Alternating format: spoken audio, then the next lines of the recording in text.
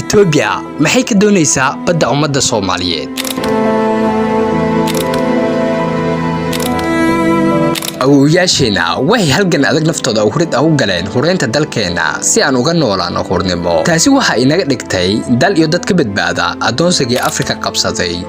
awoowayaasheena weligood kuma fikirin haddii cadaankii eriyeen in gumaysta midow iyo xabashi dalkooda soo hawaysan doono, waana masiibo ku habsatay iyo hagal jabinta halgankoodii.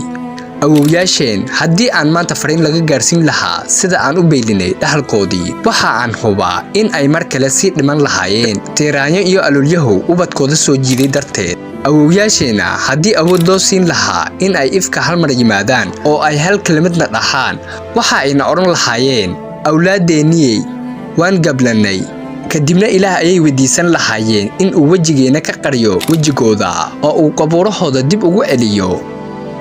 Soomaalidii waxay noqotay bisadii hilibka ku heshiin waaye ee u yeertay eyga gaajaysan. waa in go'aan adag oo labnimo oo Ethiopia hanuunjinaya oo Soomaalidu ka soo baxo. weli waxa muuqata jilcisanaan iyo dhowrista xeerarka duurjoogta ee aan fagaareyaasha ka shaqaynin. tani waxay fursad u tahay mas'uul kasta oo dadnimo leh, waana maalintii uu sharaf iyo midnimo u horseedi lahaa ummadda kala quban qulubtooda xanan lahaa.